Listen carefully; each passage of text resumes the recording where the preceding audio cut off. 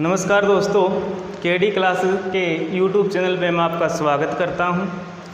मैं योगेश सांगेड़ आपको आज साइंस के बारे में इंट्रोडक्शन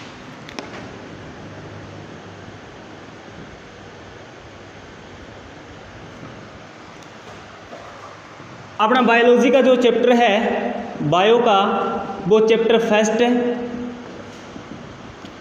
वो है ग्रंथि।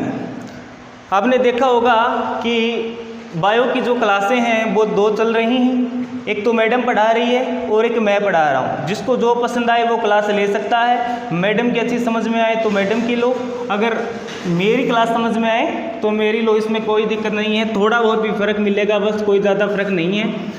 आज अपन ग्रंथि की बात करें तो देखो ग्रंथि होती क्या है। ये जो हमारा शरीर है इसके अंदर छोटी छोटी संरचनानुमा गांठें होती हैं, संरचनानुमा गांठें होती हैं। वही शरीर में पाए जाने वाली जो छोटी छोटी गांठें होती हैं, है ना, छोटी छोटी जो गांठें होती हैं, इन गांठों में से क्या होता है, कोई पदार्थ यानी कोई तरल पदार्थ जो है वो निकलता है। क्या करता है? निकलता है। इन गांठों में से तरल पदार्थ निकलता है। ये जो तरल पदार्थ है, ये जो तरल पदार्थ है, ये हमारे शरीर में होने वाली वृद्धि या जो मरम्मत है उसको क्या करता है, ये प्रभावित करता है। क्या करता है? प्रभावित करता है।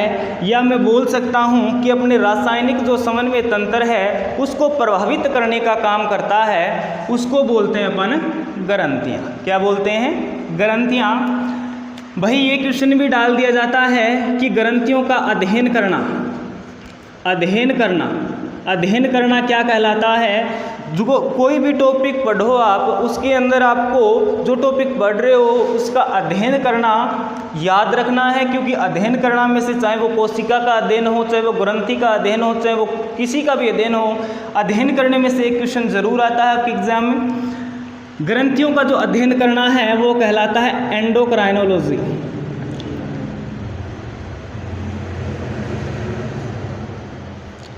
एंडोक्राइनोलॉजी कहलाता है। ग्रंथियों का क्वेश्चन पूछ ले आपको कि ग्रंथि का अध्ययन करना क्या कहलाता है निम्न में से, तो क्या बताओगे? एंडोक्राइनोलॉजी।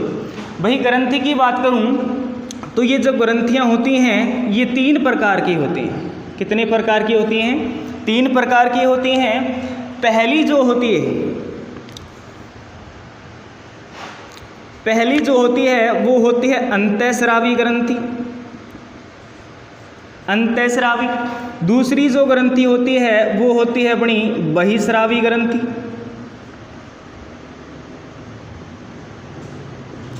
तीसरी जो होती है वो होती है अपनी मिश्रित ग्रंथि। कौन सी ग्रंथि? मिश्रित ग्रंथि। देखो भाई, अंतःस्रावी की बात करें, बहिस्रावी की बात करें और मिश्रित ग्रंथि की बात करें। देखो अंतःस्रावी ग्रंथियाँ कौन सी होती हैं? देखो पहली बात, अंतःस्रावी जो ग्रंथियाँ होती हैं उनके अंदर नलिका नहीं होती, नलिका नहीं होती हैं, यानी ये नलिका विहीन होती है। इनके अंदर नलिकाएं जो हैं वो नहीं होती।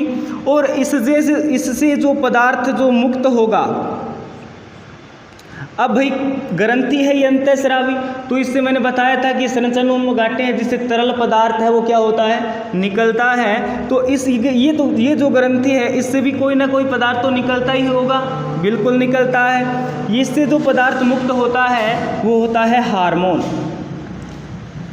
इससे हार्मोन निकलता है। हार्मोन की बात करें तो इस हार्मोन की जो खोज करी थी वो करी थी स्टार्लिंग ने।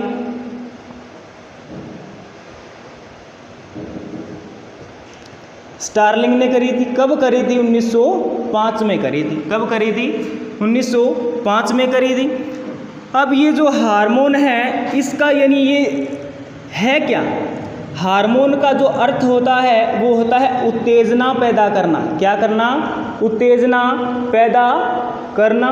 भाई कई बार क्या होता है, देखो कि जैसे अपन बात करें, एक लड़का 12 साल का है, जैसे जैसे वो 18 या 19 साल की एज में आता है ना, तो उसको क्या होता है कि जैसे उसका आवाज़ का भारीपन होना, है ना, दाढ़ी मुच्छों का आना, है को नहीं, यानी ये सारी की सारी चीज़ें किसके कारण होती हैं? हार्मोन के कारण। यही कारण है महिलाओं के अंदर भी, है को नहीं, यानी महिलाओं के अंदर क्या होता है कि उनका जो शरीर है वो विकसित हो जाता है ना, शरीर जो अपने जो स्तन है वो विकसित हो जाते हैं, वो जनन के लिए परिपक्व हो जाती है। उनके लिए भी कौन काम करता है? हार्मोन ही करता है। अब देखो कि अंतःस्रावी की ग्रंथि जो है वो नलिका विहीन होती है, नलिका नहीं होती। अब ये जो ग्रंथि अंतःस्रावी ये पदार्थ मुक्त करती है, तो मुक्त यानी नलिका नहीं है तो कहीं पर तो ये मुक्त करती होगी। हाँ बिल्कुल, यानी नलिका नहीं होती तो ये पदार्थों को मुक्त करेंगी, तो ये कहाँ पे करेंगी? रक्त के अंदर करती हैं। कहाँ पे करती हैं? रक्त के, सीधा रक्त के अंदर ही क्या करती हैं? इस पदार्थ को मुक्त करती हैं। ठीक है, उसके बाद बहिस्रावी की बात करूँ तो इसके अंदर क्या होता है? नलिका जो है, नलिकाएं होती हैं। नलिकाएं क्या होती हैं? होती हैं, नलिकाएं होती हैं। तो इससे भी कोई ना कोई, अब ये भी तो ग्रंथि है, अब इससे भी कोई ना कोई पदार्थ है, तरल पदार्थ है, वो भी मुक्त होगा। अब इससे जो तरल पदार्थ मुक्त होगा वो होगा एंजाइम। क्या होगा? एंजाइम। इससे एंजाइम निकलता है। क्या निकलता है? एंजाइम निकलता है। और ये क्वेश्चन भी डाल दिया जाता है कि एंजाइम की खोज और एंजाइम का नाम किसने दिया था? है को नहीं? भाई नाम देना और खोज करना है ना, दोनों अलग अलग बातें हैं, एक ही बात को नया, है को नहीं, यानी दोनों एक बात नहीं है। एक खोज, जैसे मैं बात करूं, आप हो, आपका खोज किसने करी थी? आपके मम्मी पापा ने करी थी, परंतु आपका जो नाम है ना वो किसने दिया था? पंडित जी ने दिया था, है को नहीं? तो दोनों अलग अलग चीज़ें हो गई ना। हाँ, तो यही है कि एंजाइम की जो खोज है वो बुकनर ने करी थी। किसने करी थी? बुकनर ने करी थी। लेकिन एंजाइम नाम है वो किसने दिया था? कुहने ने दिया था। किसने दिया था? कुहने। ठीक है, अब देखो अंतःस्रावी की बात हो गई, बहिस्रावी की बात हो गई, तीसरी कौन सी अपनी? मिश्रित ग्रंथि। स्क्रीनशॉट आप ले सकते हो।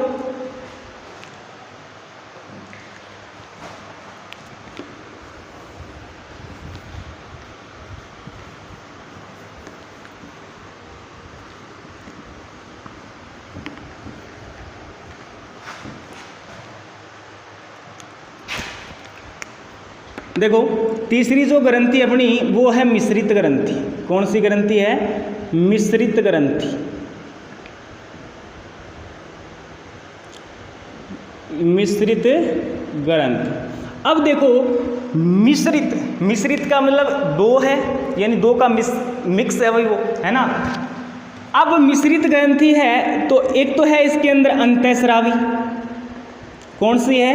एक तो है अंतःस्रावी और दूसरी कौन सी है? बहिस्रावी। यानी ये अंतःस्रावी और प्लस में बहिस्रावी दोनों से मिलकर बनी होती है। इसे क्या बोलते हैं अपन? मिश्रित ग्रंथि। कौन सी ग्रंथि? मिश्रित ग्रंथि। अब अंतःस्रावी से तो क्या निकलेगा? हार्मोन निकलेगा, ठीक है, और बहिस्रावी से क्या निकलेगा? एंजाइम निकलेगा। क्या निकलेगा? एंजाइम निकलेगा। तो इससे तो हार्मोन निकलता है और इससे क्या होता है? एंजाइम निकलता है। इन दोनों का मिश्रण ही क्या है? ये मिश्रित ग्रंथि है। एग्जाम्पल की बात करूं तो पहली जो है वो है अपनी अग्न्याशय ग्रंथि, और जो दूसरी है वो है अपनी जनन ग्रंथि। कौन सी है? जनन ग्रंथि। अब ये जो जनन ग्रंथि इसका अलग चैप्टर होगा। चाहे वो जनन है, जैसे माता जनन तंत्र है, नर जनन तंत्र है, उसके बारे में अलग रहेगा अपना। ठीक है, अब देखो थोड़ी सी इसके बारे में चर्चा कर ली। पहली जो ग्रंथि है वो थोड़ी सी मैं आपको बेसिक बता देता हूँ कि भाई अपनी जो बहिस्रावी ग्रंथि है, बहिस्रावी जो ग्रंथि है इसके अंदर, बहिस्रावी के अंदर भाई सबसे बड़ी, अब क्वेश्चन डाल देता है कि सबसे बड़ी बहिस्रावी ग्रंथि कौन सी है? तो यानी सबसे जो बड़ी जो है वही स्रावी वो कौन सी है भाई, वो है लीवर। कौन है, लीवर। लीवर का ही दूसरा नाम क्या है, यकृत है। क्या है, यकृत है। यकृत क्या है दूसरा, और तीसरा नाम क्या है इसका, जिगरा, या फिर क्या है, कलेजा। यानी कहते हैं ना कि तेरे में जिगरा है ना, तेरे में जिगरा है तो आजा, है ना। तो ये जिगरा किसे बोलते हैं भाई, लीवर को कहा जाता है। किसको, कलेजा। इसका भी यही नाम है, लीवर का ही नाम है कलेजा। ठीक है। उसके बाद सबसे बड़ी की बात हो गई। सबसे छोटी जो है वो बहिस्रावी ग्रंथि कौन सी है, तो क्या बताओगे, पसीना ग्रंथि। पसीना, या इसको बोलते हैं सवेद ग्रंथि। कौन सी ग्रंथि, सवेद ग्रंथि बोलते हैं। ठीक है। अब देखो 2 की बात हो गई। उसके बाद में मैं बात करता हूँ कौन सी की, अंतःस्रावी की। अंतःस्रावी की बात करूँ, अंतःस्रावी के अंदर सबसे बड़ी की बात करूँ, किसकी बात करूँ, सबसे बड़ी ग्रंथि की बात करूँ तो कौन सी है, थायराइड ग्रंथि। कौन सी ग्रंथि है, थायराइड, थायराइड ग्रंथि। ठीक है। उसके बाद सबसे बड़ी हो गई तो सबसे छोटी भी हो गई। सबसे जो छोटी है, सबसे छोटी अंतःस्रावी ग्रंथि की बात करूं तो वो कौन सी ग्रंथि है, तो वो है पीयूष ग्रंथि। पीयूष ग्रंथि। और एक क्वेश्चन और बता देता हूं आपको, यदि सबसे छोटी अंतःस्रावी ग्रंथि आ जाए और वहां पे पीयूष ग्रंथि ना मिले तो क्या करोगे, तो करना है पीनियल ग्रंथि। कौन सी ग्रंथि, पीनियल ग्रंथि। यदि ये न आए ना तो इसके स्थान पर क्या मिलेगा आपको, पीनियल ग्रंथि मिलेगा। कौन सी ग्रंथि मिलेगा, पीनियल ग्रंथि। ठीक है। अब देखो, अब एक होती है मास्टर ग्रंथि। कौन सी ग्रंथि, मास्टर ग्रंथि। और मास्टर ग्रंथि किसको कहा जाता है, पीनियल ग्रंथि को कहा जाता है। किसको कहा जाता है, पीनियल ग्रंथि को कहा जाता है।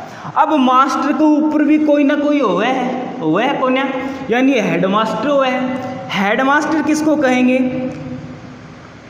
हेडमास्टर, हेडमास्टर, या इसको सुपर मास्टर बोलते हैं। क्या बोलते हैं, सुपर मास्टर। किसको कहा जाता है भाई, हाइपोथैलेमस। हाइपोथैलेमस को कहा जाता है। किसको कहा जाता है, हाइपोथैलेमस को कहा जाता है। अब सुनो, शरीर की तीसरी आंख, शरीर की जो तीसरी आंख है, शरीर की तीसरी आंख कौन सी ग्रंथि को कहा जाता है, तो क्या बताओगे, पीनियल ग्रंथि। कौन सी ग्रंथि, पीनियल ग्रंथि। कौन सी ग्रंथि, पीनियल ग्रंथि को कहा जाता है। कौन सी ग्रंथि को कहा जाता है, पीनियल ग्रंथि को कहा जाता है। ठीक है।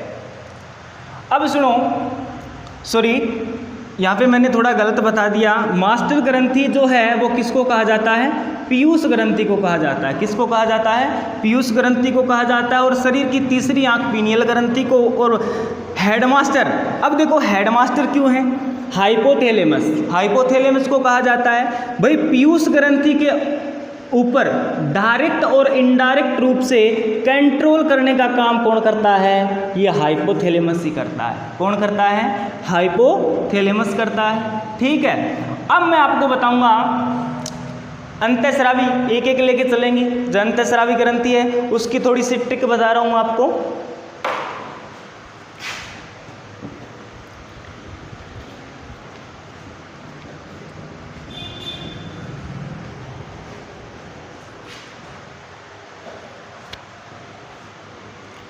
देखो, पहली जो ग्रंथि है अपनी, वो है अपनी अंतःस्रावी ग्रंथि। कौन सी है, अंतःस्रावी ग्रंथि। देखो भाई, अंतःस्रावी की बात करूं तो एक छोटी सी ट्रिक लिख रहा हूं आपको। थारी पीपी पे थारे बिरजू अंकल का अधिकार है। थारी पीपी पे थारे बिरजू अंकल का अधिकार है।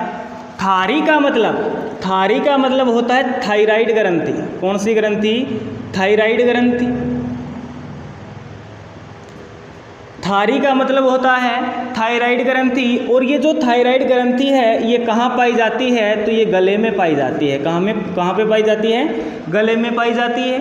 दूसरी जो होती है वो पी, इस पी का मतलब होता है पीनियल ग्रंथि। कौन सी ग्रंथि, पीनियल ग्रंथि। इस पी का मतलब जो है वो होता है पीयूष ग्रंथि। कौन सी ग्रंथि, पीयूष ग्रंथि। अब एक तो पीनियल ग्रंथि और दूसरी है पीयूष ग्रंथि, तो ये दोनों कहाँ पाई जाती हैं, तो ये पाई जाती हैं अगर मस्तिष्क में। कहाँ पे पाई जाती हैं, अगर मस्तिष्क में पाई जाती हैं। ठीक है, इस पे का मतलब जो है वो होता है पैराथायराइड ग्रंथि। कौन सी ग्रंथि, पैराथायराइड ग्रंथि, पैराथायराइड ग्रंथि। अब ये थायराइड है आगे और पैरा मतलब इसके अंदर, यानी थायराइड के अंदर पाए जाने वाली जो ग्रंथि है वो कौन सी है, पैराथायराइड। या कहाँ पाई जाती है, थायराइड के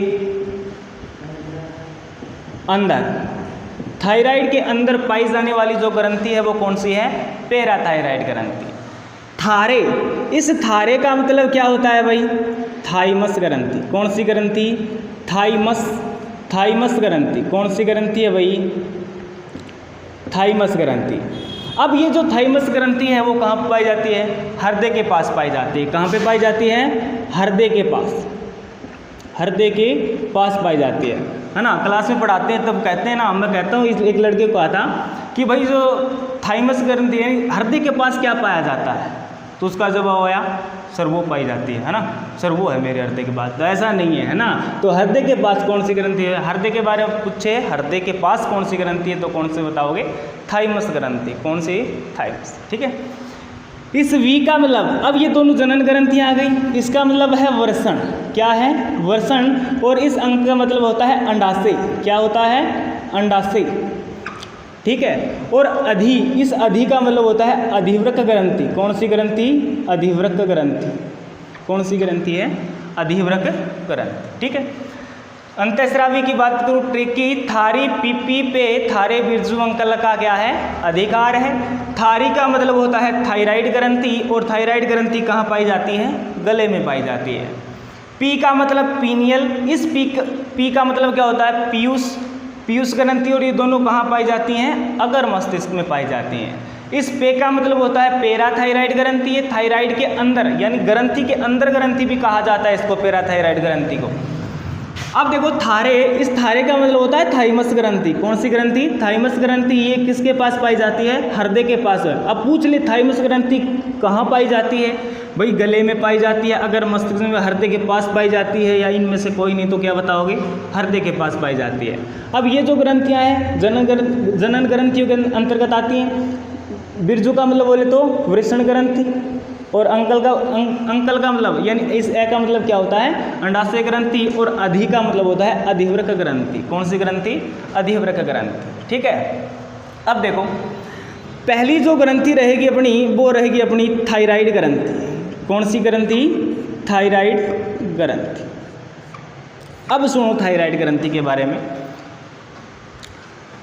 थायराइड ग्रंथि की बात करूं तो सुनो, पहला जो क्वेश्चन है इसका दूसरा जो नाम है वो है अवटु ग्रंथि। कौन सी ग्रंथि, अवटु ग्रंथि भी कहा जाता है। कौन सी ग्रंथि कहा जाता है, अवटु ग्रंथि कहा जाता है। अब सुनो, इसके बारे में जो क्वेश्चन बनेंगे वो सारे के सारे बोर्ड पे रहेंगे। कोई जो किताब है उसके अपन एबीसीडी निकालोगे तो आपको एक ही क्वेश्चन बाहर नहीं मिलेगा। अपने जो बोर्ड पे करवाया जा रहा है उसके अंदर एग्ज़ाम में इतनी मेरी गारंटी है कि कुछ बाहर नहीं जाने दूंगा। जैसे ही चैप्टर ख़त्म हो गया उसके आपको एबीसीडी जो ऑप्शनल क्वेश्चन है उसको आपको PDF उपलब्ध करवा दूंगा। जो क्वेश्चन इस चैप्टर के बच गए हैं ना, उनकी PDF यानी जो आपको PDF मिलेगी उसके अंदर आ जाएंगे वो क्वेश्चन। कोई दिक्कत नहीं है, आराम से आप नोट्स बनाइएगा। देखो थायराइड की बात करूं तो दूसरा जो नाम है वो कौन सी ग्रंथि है, अवटु ग्रंथि।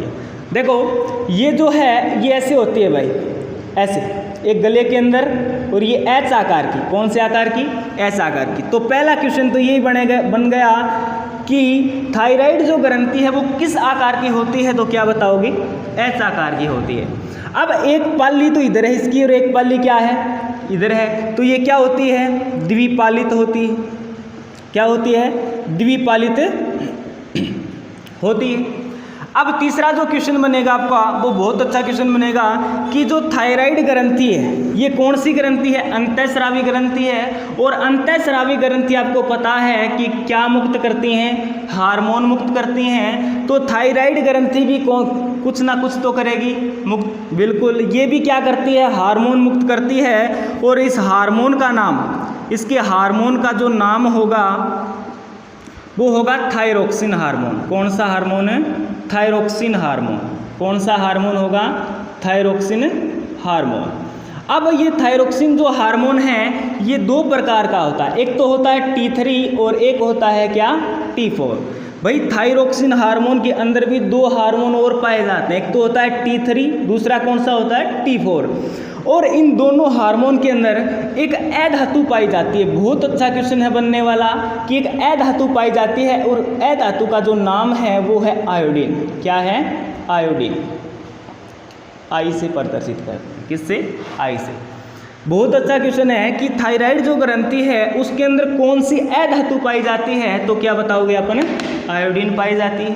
ठीक है, उसके बाद कि सर इसके कोई ना कोई कार्य होंगे। भाई ये कहाँ पाई जाती है, गले में पाई जाती है, ये मैं आपको पहले ही बता चुका हूँ, गले में पाई जाती है। अब ये गले में पाई जाती है तो गले में भी कोई ना कोई काम करती होगी, बिल्कुल काम करती है। देखो बताता हूँ आपको, स्क्रीनशॉट ले सकते हो आप।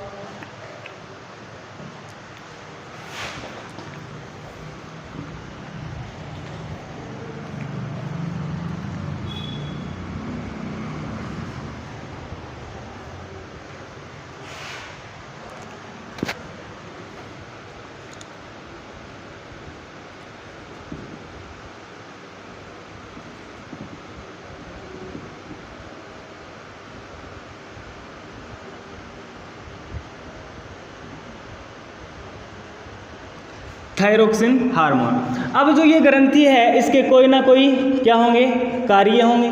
भाई देखो बहुत अच्छा क्वेश्चन है कि जो अपनी आधारीय उपापचय क्रियाओं पर नियंत्रण करने का काम कार्य करते हैं। आधारीय उपापचय क्रियाओं का पर नियंत्रण करने का कार्य करती हैं, या मैं कह सकता हूँ यानी ये शरीर को, अपना जो शरीर है उसको चलाने का काम करती हैं। क्या करती हैं, चलाने का काम करती हैं। इसलिए इस ग्रंथि को शरीर का टेम्पू कहा जाता है। क्या कहा जाता है, शरीर का टेम्पू कहा जाता है। ये क्वेश्चन भी आया हुआ है कि शरीर का टेम्पू कौन सी ग्रंथि को कहा जाता है, तो क्या बताओगे अपन, थायराइड ग्रंथि को कहा जाता है। ठीक है, उसके बाद ये जो है ये अपनी जो वर्दी जो है शरीर की उसको भी क्या करती हैं, प्रभावित करती हैं। और जो हृदय धड़कन है, हृदय धड़कन जो है, हृदय धड़कन को भी क्या करती हैं, प्रभावित करने का कार्य करते हैं, करने का काम करती है। ठीक है, उसके बाद देखो ये जो थायरोक्सिन हार्मोन है, ये जो थायरोक्सिन हार्मोन है यदि इसकी कमी हो जाए, यदि इसकी कमी हो जाए थायरोक्सिन हार्मोन की, तो अपना जो गला है ना, गला वो क्या हो जाता है, यानी गले में क्या आ जाता है, सूजन आ जाता है। ये ग्रंथि क्या होती है, इसकी थायरोक्सिन हार्मोन की कमी आने से ये जो ग्रंथि है ये क्या हो जाती है, फूल जाती है। क्या हो जाती है, फूल जाती है। और फूल जाने से पता है आपको रोग होगा, उसको बोलते हैं अपन घेंगा रोग, या इसको बोलते हैं गोइटर रोग। ठीक है, उसके बाद थायरोक्सिन कमी। अब देखो थायरोक्सिन की कमी हो जावे तो देखो इसकी कमी हो जावे तो बच्चा के अंदर, बच्चों में कौन सा रोग होगा, वो जो वयस्क है, वयस्क में कौन सा रोग होगा, कौन सा रोग होगा। तो देखो थायरोक्सिन की यदि कमी हो जाए तो बच्चों में हो जाता है क्रिटिनिज्म रोग, क्रिटिनिज्म रोग हो जाता है। और जो वयस्क है उसके अंदर रोग हो जाता है मिक्सोडिमा रोग, मिक्सोडिमा रोग हो जाता है। कौन सा रोग हो जाता है? मिक्सोडिमा। बच्चों में कौन सा हो गया? क्रिटिनिज्म रोग। और वयस्क में कौन सा रोग हो जाएगा? मिक्सोडिमा रोग हो जाएगा। उसके बाद इस यदि थायरोक्सिन हार्मोन है इसकी अधिकता हो जाए, क्या हो जाए? अधिकता हो जाए। अधिकता हो जाए तो कौन सा रोग होगा? देखो भाई, आँखें हैं जो अपने आँखों के जो गोलक हैं वो अपने बाहर आ जाएंगे यदि इस हार्मोन की क्या हो जाएगी? अधिकता हो जाएगी। तो अधिकता से आँखों के गोलक, आँखों के जो गोलक हैं वो बाहर आ जाएंगे, और बाहर आ जाएंगे तो आपको पता है कि रोग होगा, और इस रोग को कहते हैं अपन एक्जोपैथेलिक, एक्जोपैथेलिक